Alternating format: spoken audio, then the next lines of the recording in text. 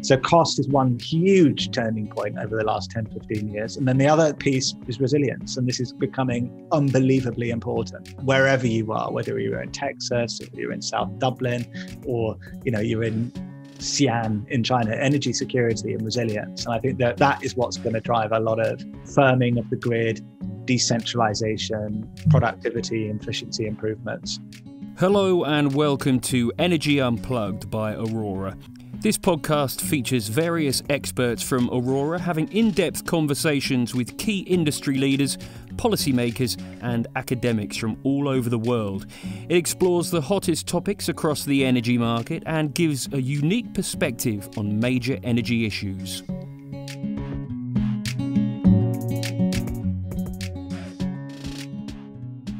Welcome to Energy Unplugged. I'm John Feddersen, co-founder and chief executive of Aurora. And my guest on the show today founded Sustainable Development Capital LLP in 2007, at a time when sustainable development wasn't really a big thing in investing. He's deployed billions of dollars in sustainable infrastructure, broadly speaking, well beyond just the narrow power generation field. He studied modern history at Oxford. My guest on the show today is Jonathan Maxwell, CEO of SDCL LLP. Welcome, Jonathan. Great. Thank you so much for having me, John. Yeah, we're delighted to have you here. I'd like to start with your personal history a little bit. And the first question that springs to mind is why? So as I said in the intro, you started a business focusing on sustainable development capital in 2007. Yeah. Why, first of all, why did you start your own business at that point in time? What was the motivation for doing something on your own in general? And also why focus on sustainable investing more broadly? For the few years before I started the business, I had a fantastic opportunity, actually, John. I worked at HSBC Infrastructure and really got to understand the infrastructure investment business. In fact, also got to understand the interface between infrastructure and the capital market quite intimately, because back then in 2005-06, infrastructure investing was all about private equity infrastructure, whereas after I left HSBC, it was actually in the public market. So my one of the things I did was actually ran the IPO of HSBC's infrastructure portfolio to create Europe's first main market listed infrastructure investment company. So I had a fantastic experience of working with HSBC Infrastructure. The team is now trading as Infrared, and it was really extremely formative. And I'm grateful to all of them actually for my education there. But one of the things hugely influential now across Europe, certainly. Yes, the legacy continues. Yeah, no, I think it was tremendously settled, and it was built on the solid foundations that they laid back then. I suppose, having said that, in the year or so after the infrastructure flotation, I had an amazing opportunity. Candidly, again, 2006 was when we got the IPO of HSBC Infrastructure Company, or HICL, done. China, as you might remember, had been in the World Trade Organization for 5 years only by then, whereas HSBC had been in China for 140 years continuously.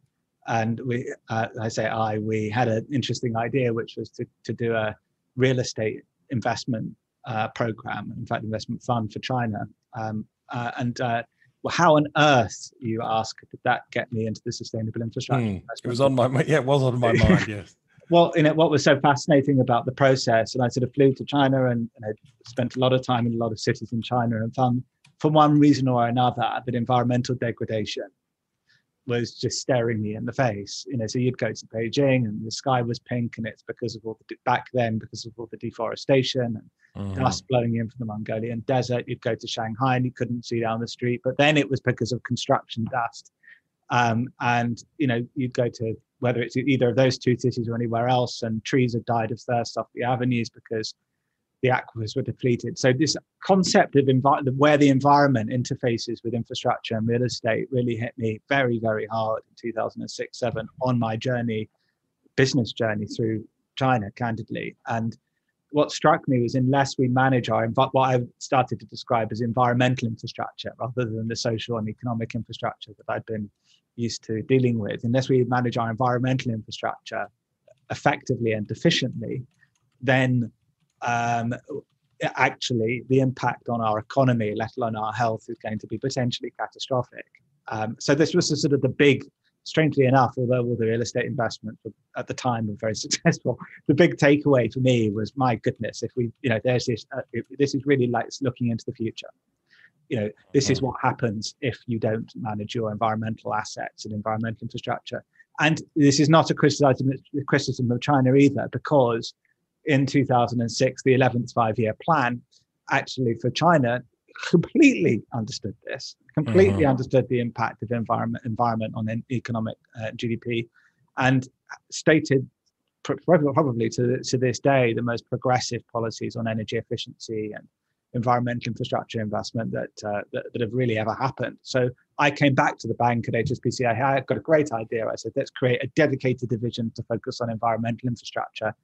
And they said, Jonathan, it's a great idea, but we're not ready yet. I said, well, to answer your question, John, I am. So completely naively, I came on very friendly terms and still extremely good friends with everybody there. But said, look, I'd like to start my own firm to focus on environmental infrastructure. And I did it. And you're right, 2007, sustainability or sustainable investing, although renewables was already a very sophisticated market, the concept. Even in 2007, do you think? Oh yeah, definitely. I would say you're getting levels of financial sophistication into the market for sure. So I felt that there was a market there, but I also saw that there were gaps, and I'll come on to them. Our focus on energy efficiency and decentralization and so on, which 13, 14 years later, there are still gaps, which is interesting. But, that's why I started the business. It's why I started Sustainable Development Capital. And because of the nascence of the industry, candidly, it's why the name Sustainable Development Capital was so easy to acquire back in 2007. You couldn't do that now. You have to come up with something far more off-piste. So just and like roughly speaking, it's interesting. One of the most interesting things I heard you say then is that the industry was reasonably developed as you saw it in 2007. Yet at the moment, even today, it seems like you feel like there's some white space. And it's crowding, but there's white space. In terms of let's just say we were kind of 10% of the way along the journey to like mature markets for sustainable good, sustainable infrastructure everywhere. Yeah. And there's some sort of utopia 100% of the way there. Presumably we're not there yet. And how far along the journey do you think we are? We could do it in terms of years, maybe. If how far are we from this utopia of I don't know. Everything's being measured accurately. Environmental goods are being commoditized and valued for the social good they provide.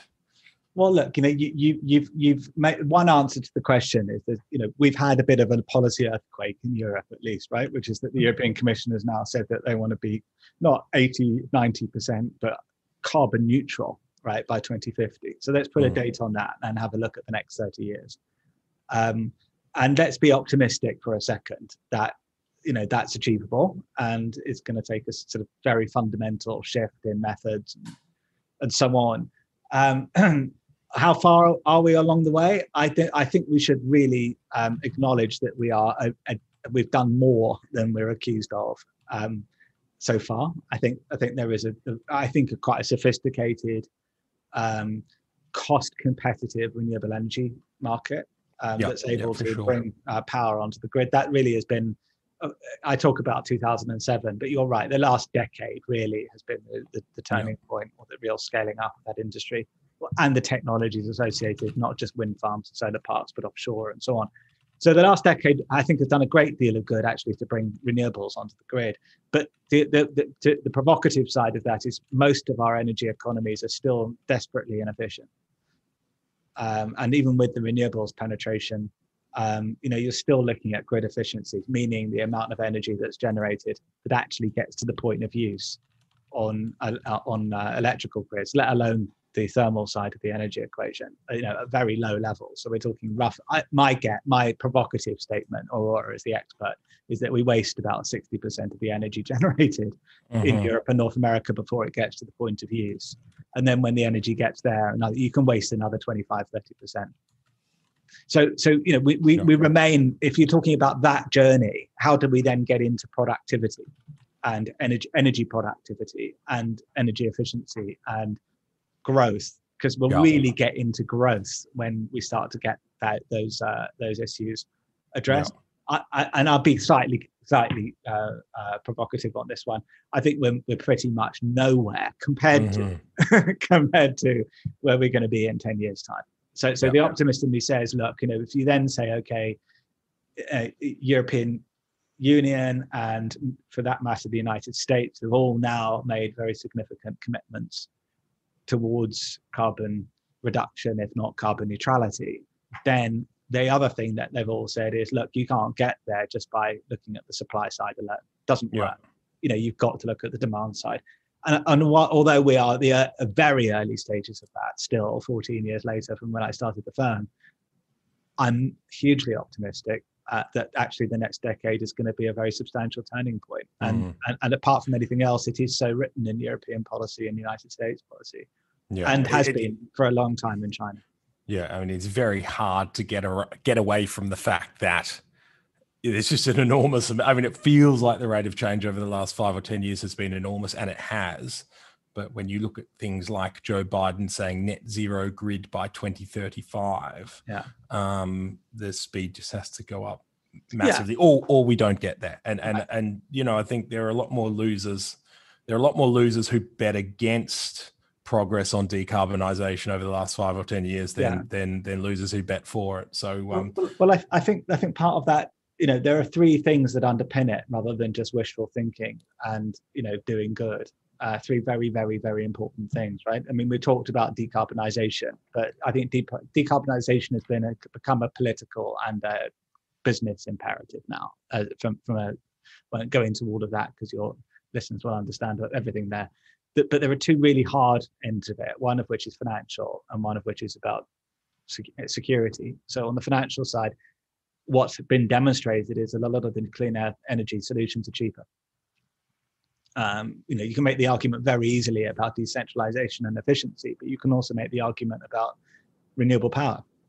It just happens to be cheaper in many applications. Yeah. So cost is one huge turning point over the last 10, 15 years. And then the other piece is resilience. And this is becoming unbelievably important wherever you are, whether you're in Texas or you're in South Dublin or, you're in Xi'an in China. Energy security and resilience. And I think that is what's going to drive a lot of, firming of the grid, decentralization, productivity, efficiency improvements. And do you think, just to digress briefly on that, I mean, in the past when we talked about energy security, we didn't talk about a blizzard in Dallas. We talked about the Middle East oil supplies. Right. Do you think that argument, the global geopolitical argument for energy security, is receding, and it's more about making sure we have enough of the right stuff to ensure we have plentiful power whenever we need it?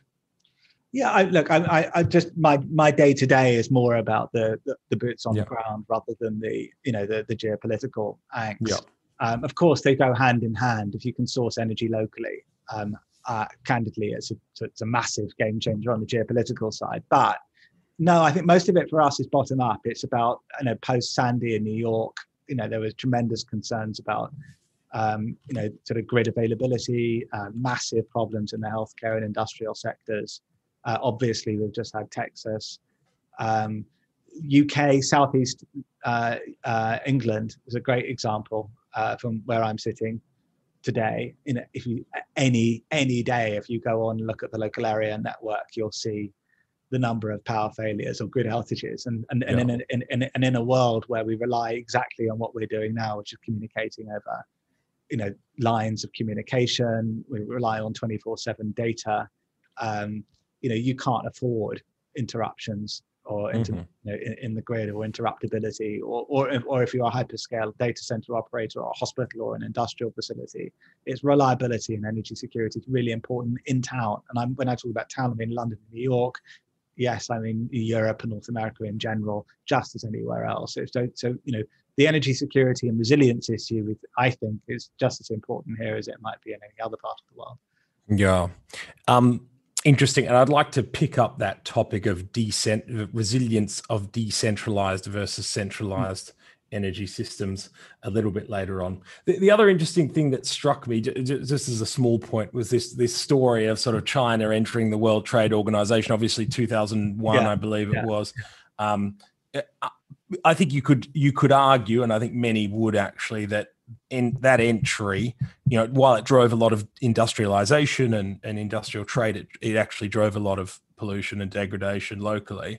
And then that story of regulators catching up quickly, not quite on top of it. And I'm not sure I would ever want a regulator out in front of what's actually happening. I think comfortably a little bit behind is a good place for a regulator to be, but it's there's a great economics paper, one of my favorite economics papers, about the near extinction of the North American bison just after the American Civil War. And it's a very similar story, actually. It is it's about openness to trade. The argument goes there's an innovation in Europe, and basically we had I think it was at least hundreds of millions of these things, down to several hundred in the herd because of trade to Europe and a technological shock. Now the regulators got on top of it just in time, but it could have been a disaster. So Scott Taylor, Buffalo Hunt is the fantastic article. Anyway, my turning point was a paper by Elizabeth Economy and Pan Yui of the State Environmental Protection Agency in 2006, which is a very similar analysis, which said, look, this is great, but we're losing however much it was, 10-12% of GDP through environmental degradation. And then, hang on, that sounds ridiculous, but let's break that down in billions of dollars of water and air pollution, acid rain, deforestation, cutting off, sandstorms, closing down factories, people dying in town as they do today. I'm afraid in London, except in lockdown, from air pollution, and so on. And really, the quantification of it was shocking. But and I'm not saying it was that led to another, but the 2006 5-year plan for for the 11th one for China then said, well, hold on a second, we're going to do something about it. We're going to, hook or crook, we're going to get 4% per annum energy efficiency, energy productivity increases. So you do end up with these step changes, and I think we're capable of doing that in Europe and North America too. Yeah, interesting. Just one other point on the history of SDCL. You were a newspaper editor at university. You were the editor of the Word newspaper in Oxford, and I gather you owned it at one point. Were you always an entrepreneur? Did you think you were always destined to start your own business? And I should add, you're not the first guest on this podcast to have been an editor at an Oxford University newspaper. So it seems to be part of the path to greatness in the energy sector, at least. But did you always know you were going to start something? I always have started things. Yeah, I mean, but I have to say, having said that, and I've only had 3 jobs really. I had a sort of a long stint in stockbroking, quite a decently long stint about the same time at HSBC, and then I started this place 14 years ago. But when I was at university, I set up businesses. I had a tour guide business rather than with my friends who were doing other things during the summer. Far less productive, no doubt. Yeah. But I think sort of motivation of what you do and what you love, and as you probably, as a co-founder of Aurora, I probably don't mind saying this to you, but not every day is bliss. But I'm completely motivated every day, and I know exactly why I'm coming into work, and I create the place that I want to work in. Yeah. And just one more thing, then I want to talk about the sustainable investment area more broadly.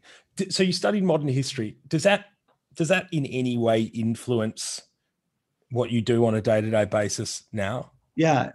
So after 3 years of study, I went to a lesson, quite rare, as you might know in Oxford you have like one lesson a week in a history degree.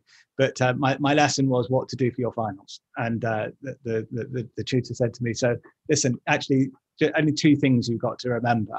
Right? Say what you're going to say it, and then say that you said it. So that's how to approach the exams. The second thing he said was one of the most important things I've ever heard. And I was annoyed because I wish he'd have told me 3 years before. But he said, actually, there's only really one question you need to ask. So what? And I think that is really important. It's really important in business. It's really important, particularly in sustainability. And it's a really important attribute, I think, of doing business generally, let alone needing one, which I think is always to inquire and want to understand and know the answers. But really, I think that key question, to be honest with you, John, is the one that I carry with me every day.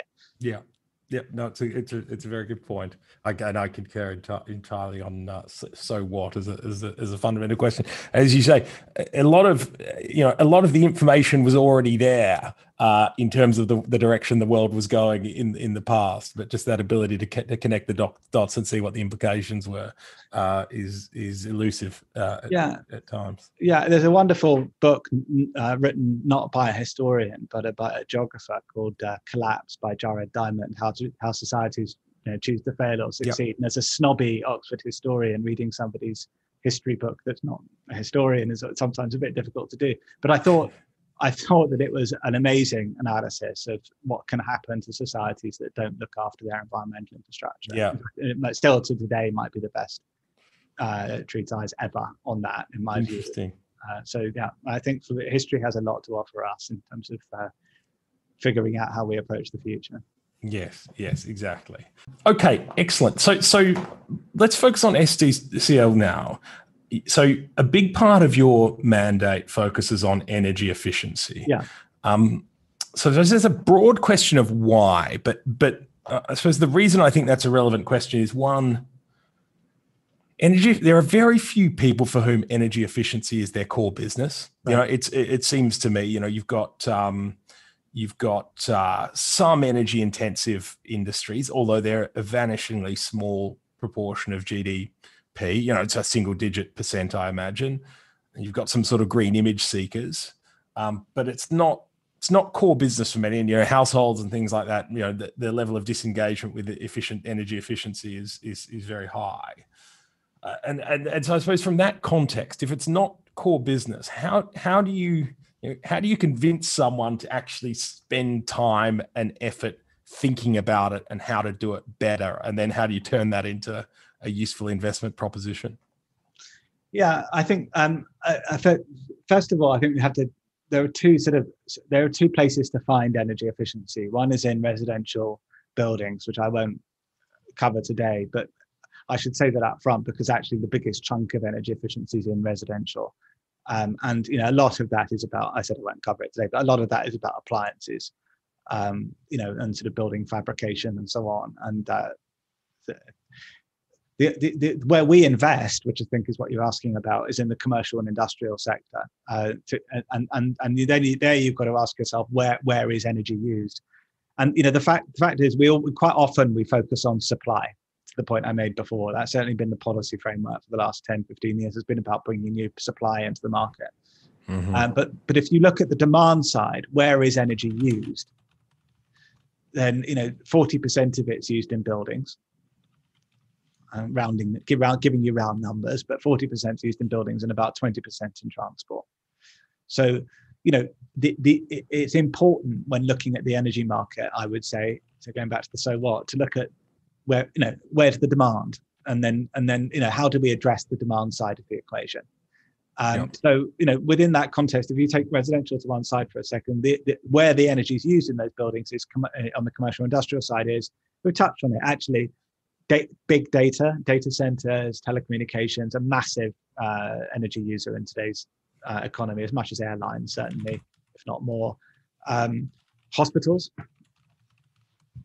use energy all day, every day, all year. Industrial facilities that still make stuff, even God forbid, steel mills that make wind turbines and things like this. So, so we do have a very, very big end user story here. And this is before you get to mobility. So just the stuff that doesn't move around.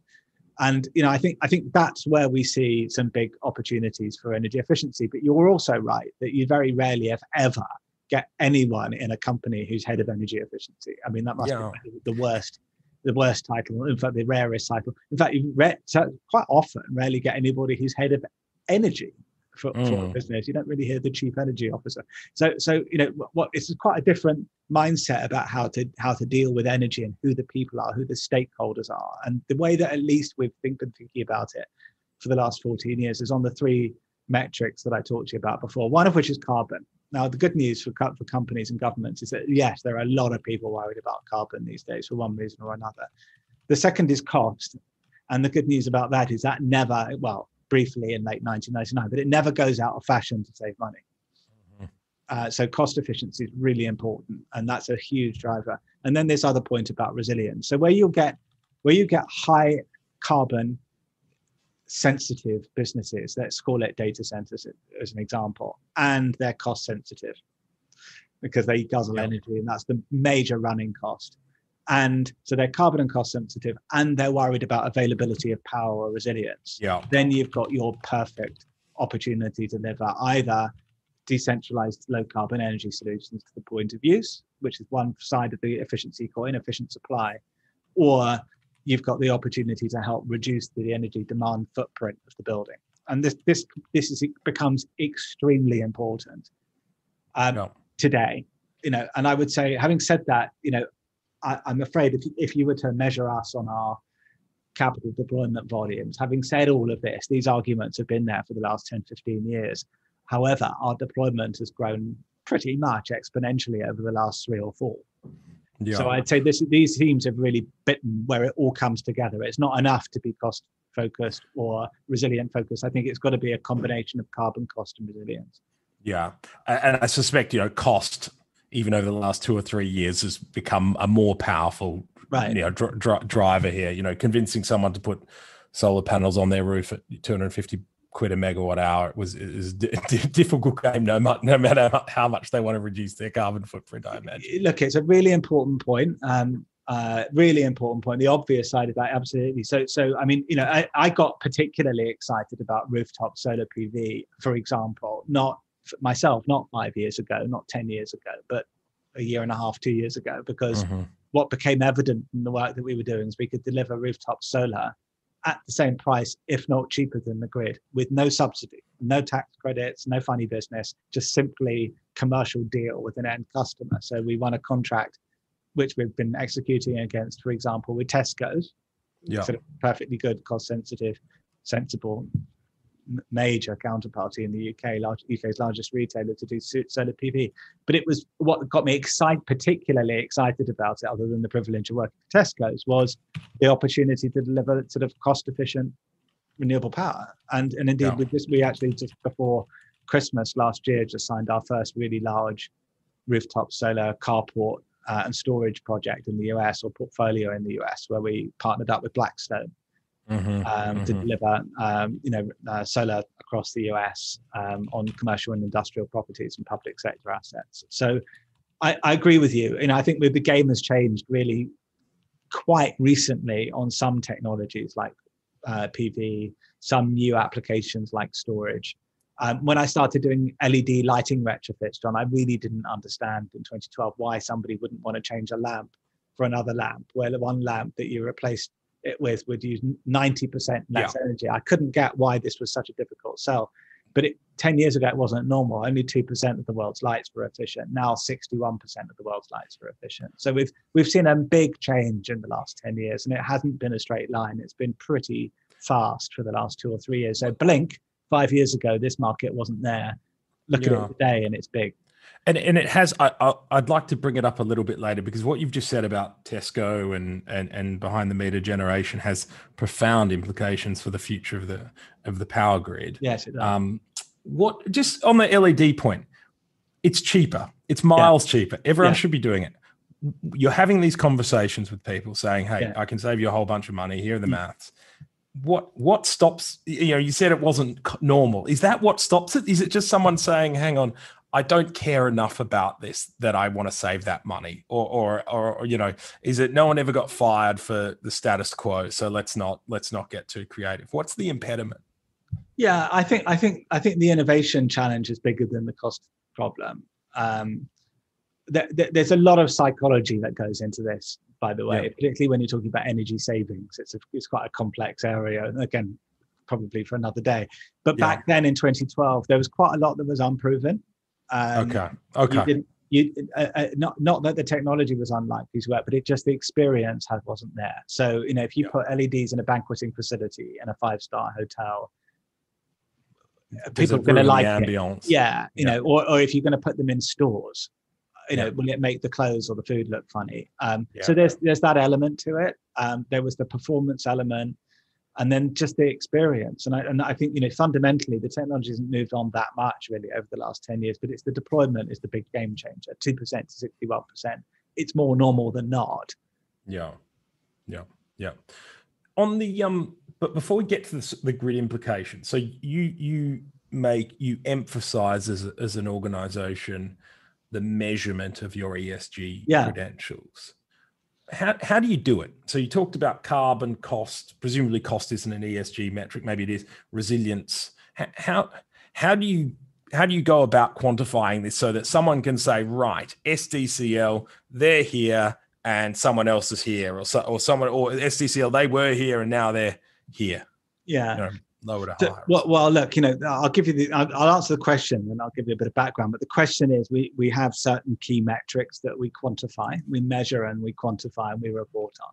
So, and do you come up with those, or is there a generally accepted standard on this type of thing? There are some standards. Yeah. There are some standards. There's loads of standards, and I'll sort of come back to that in a second. But to answer your question specifically, we measure tons of CO2 emissions saved.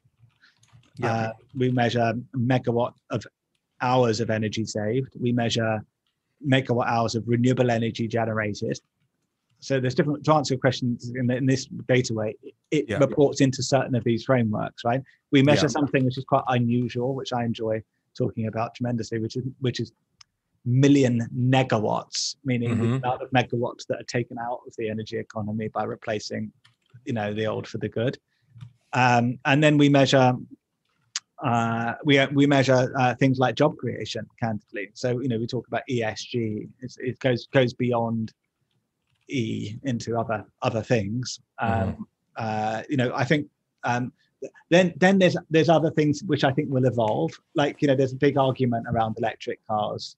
Not argument, but the major argument in favor is often packaged up within the climate argument, which I think is fine. And you are, after all, displacing an energy efficient use of one fuel for something that should be more efficient in electrons. However, one of the main reasons I do it is because my kids live in central London, and central London is considered many times the levels considered safe by the World Health Organization for air pollution. And it's as much the particulate emissions, NOx and SOx associated with driving. Being a good London citizen. Well, it's environmental pollution. It's before you get to carbon. It's basically killing people. More people in London pre the lockdown died of premature lung disease than they did from road traffic accidents. So there's other things other than carbon that we look at and we'll get better at measuring going forward.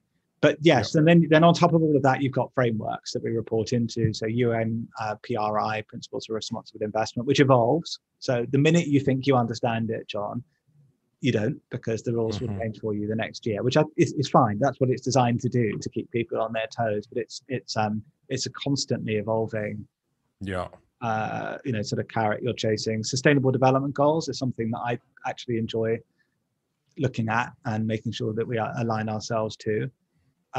So those are some of the features that we look at in ESG. But I have to say, the last thing I would say is, this is, if it's very important to us. The name above our door is not, it is Sustainable Development Capital. That's what we do. It's why I set up the firm. But investors now demand this, and they demand the measurement and reporting to standards which include all the ones I've mentioned today, including things that haven't even been enacted yet. So, for example, with the draft EU taxonomy, statements that are out there, we have to get in front of those. When we did a fundraising 3 or 4 weeks ago, we were able to answer the questions, but the questions were about not how we comply with today's standards, but how we're going to comply with tomorrow's standards. Interesting. And so just a follow up on that, I think it's pretty clear that we're moving away from, the caricature of 80s style capitalism, strong emphasis on fiduciary duty, protecting shareholders' interests at all costs, and towards a world in which not just companies, any organization operating needs to justify its social purpose, and that it's for employees, it's to engage employees, it's to engage customers. You need to say, what role am I playing for society, not just for my shareholders to do business? Do you think we'll move away, as this ESG movement matures, say 10 years from now, do you think we'll move away from a world in which investment funds or organizations choose their sustainability criteria or their governance criteria? They could choose the Millennium Development Goals or the UN Charter or whatever it is, and they're put in a bit more of a straitjacket. And the sort of analog I have is the top Morningstar type, fund manager portfolio ratings on risk, on value, something that says, right, okay, you can do your own reporting, but if you want to be compared to others, if you want to attract big pools of capital, you need to be on this metric and tell us how you're performing on something that is everyone is consistent with. I think that's the way that I think that's the way that things probably will go.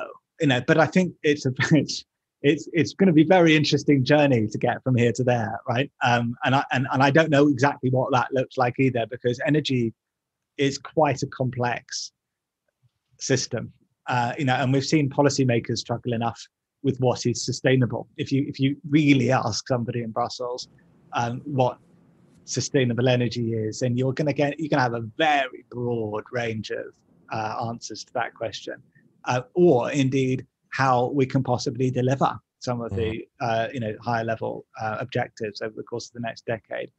So there are big questions we're going to be asking ourselves, right, over the next 10 years, John. Do we sacrifice the good on the altar of the perfect? Do we what do we want more than something else?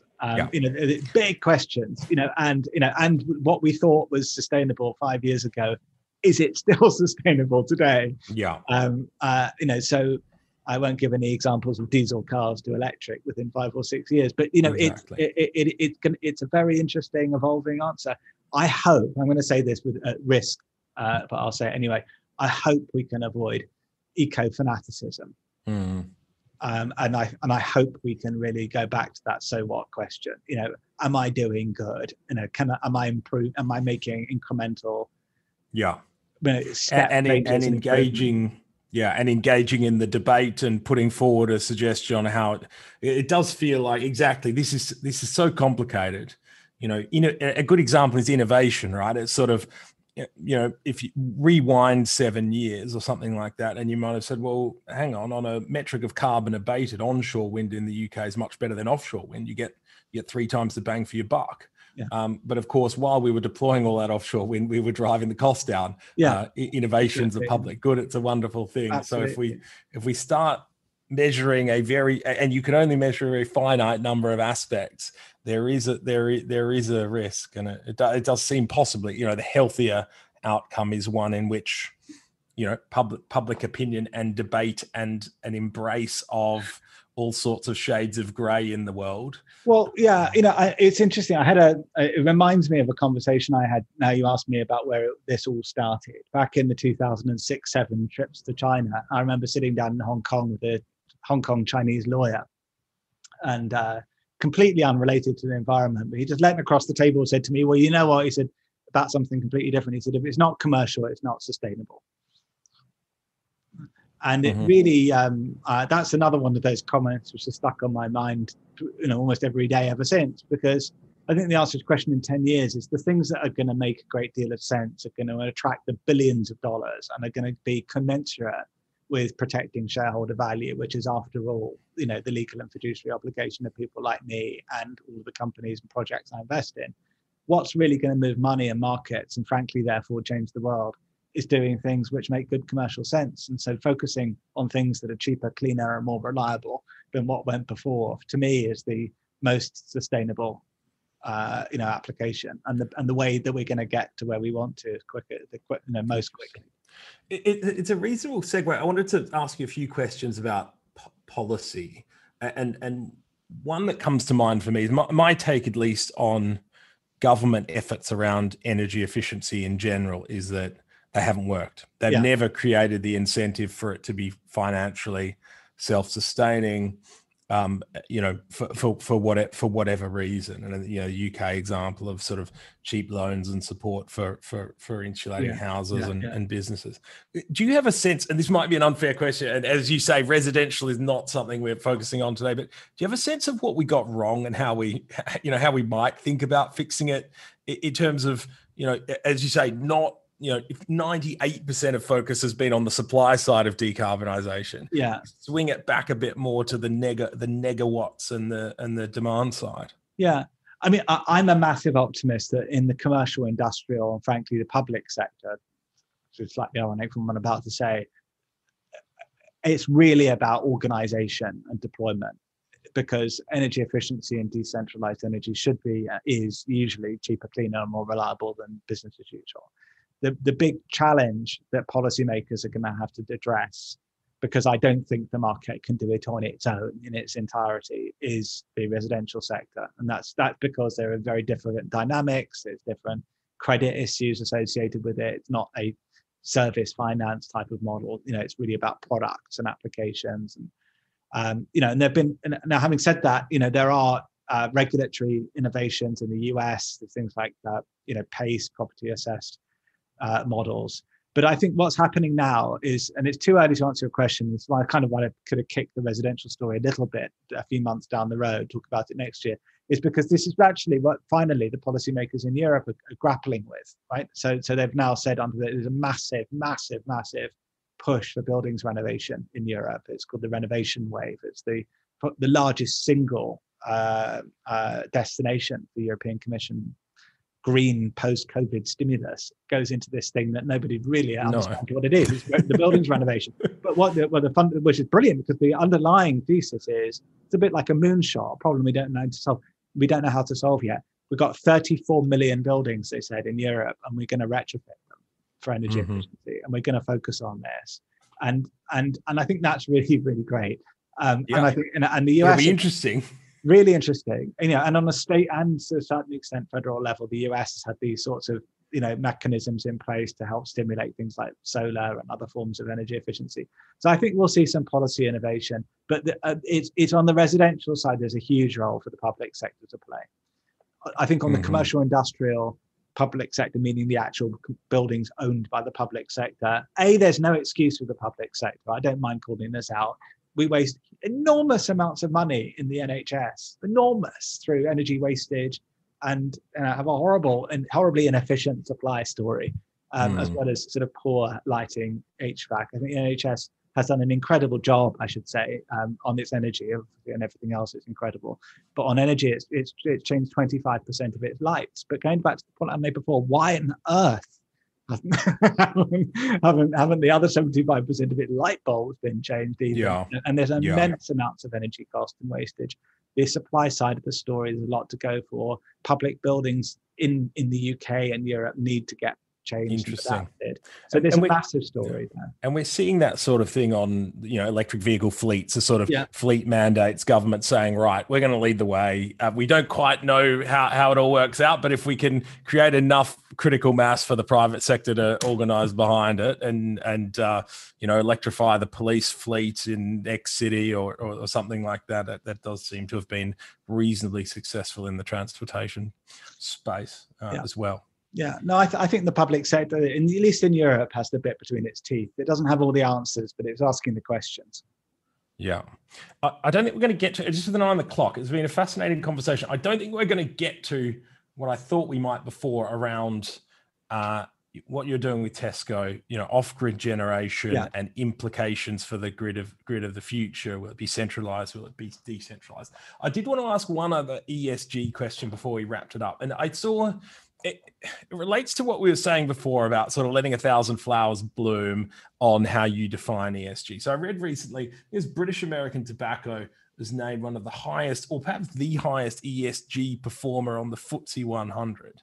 Yeah, that's not the company I would have put at the top of that list if you'd asked me who's the best ESG performer, because it's tobacco, and they we know the tobacco story and why it gets we call taxes on it a sin tax in some ways.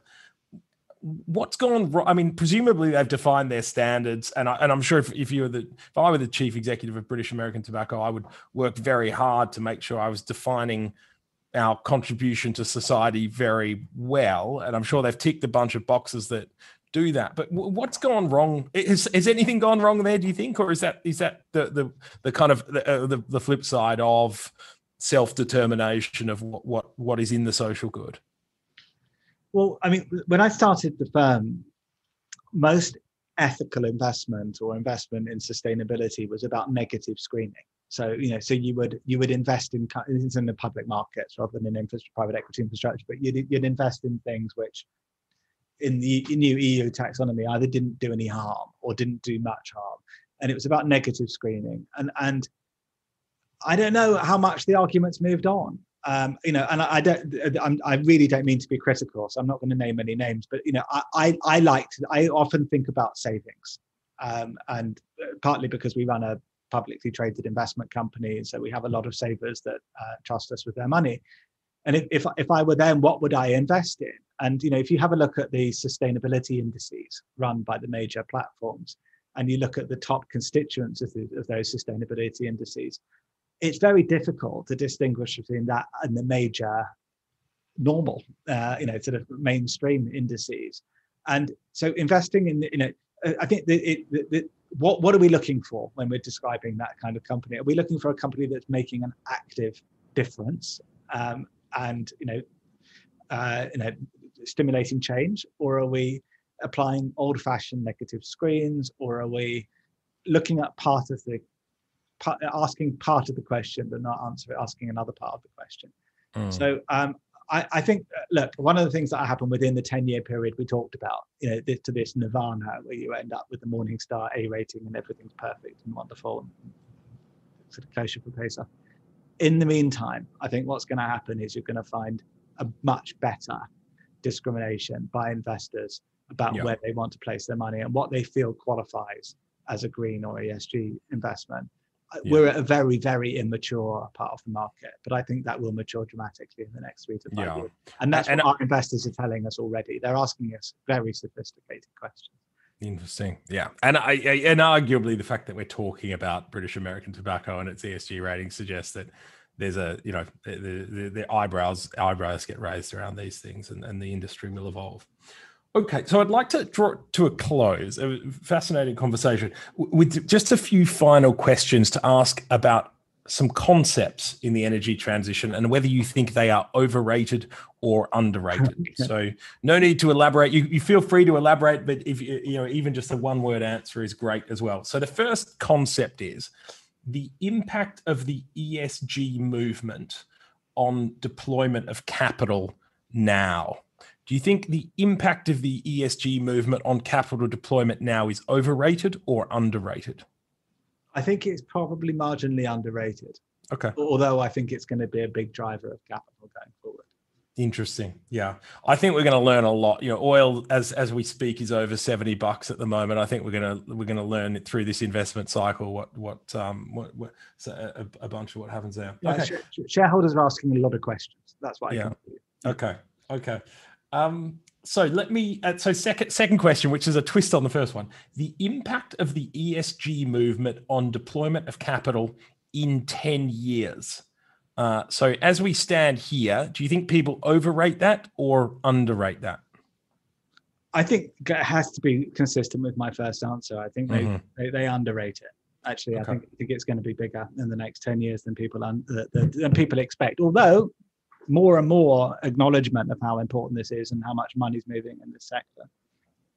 Yeah. Okay. Interesting. The third one is gas as a bridging fuel to a net zero economy. Ooh, I'm I'm afraid, controversially, going to have to say probably at least by the ESG community, probably underrated. And when I talk about that, I don't just mean natural gas, although actually I do think it's got sadly a role to play. But I also think all forms of molecules driven energy, green gas, for transport fuels as well as for stationary assets, but more efficient use of natural gas by bringing it into town through cogeneration and capturing the pollution and so on. I think it's underrated. Interesting. Yeah. And in my conversations, I think one of the biggest differences in views is between Europe and the rest of the world. Actually, I think, most Europeans in the sector would say overrated, and they're saying, look, the cheapest megawatt hours, 40 pound carbon price or 40 euro carbon price. The cheapest megawatt hours are renewables, and we can build plenty of them. But for power, but there's another discussion about it. Yeah. Another good point. Okay, the final one is oil majors doing sustainability investment. Oh, interesting. Do you think it's as a business strategy? Do you think it's overrated or underrated? I don't know how. I'm not convinced in all cases, and I have to say that we have to be careful what I say here. Not convinced in all cases being an oil major is a competitive advantage in this industry. Yeah. Okay. There's plenty we could dig into there, but I won't because I have an eye on the time. So, as a natural time to finish, Jonathan, it was a pleasure to hear your pretty unique perspective. I think particularly around ESG and energy efficiency, as well as a business founder. So many thanks for joining us. Wonderful to speak. Thank you so much for having me today. That was John Feddersen, co-founder and chief executive of Aurora, speaking to Jonathan Maxwell, CEO of Sustainable Development Capital LLP. Do keep an eye on our podcast feed for more in-depth conversations with senior members of the energy industry. The best way to do this is to subscribe on whatever platform you use. Thanks for listening, and goodbye.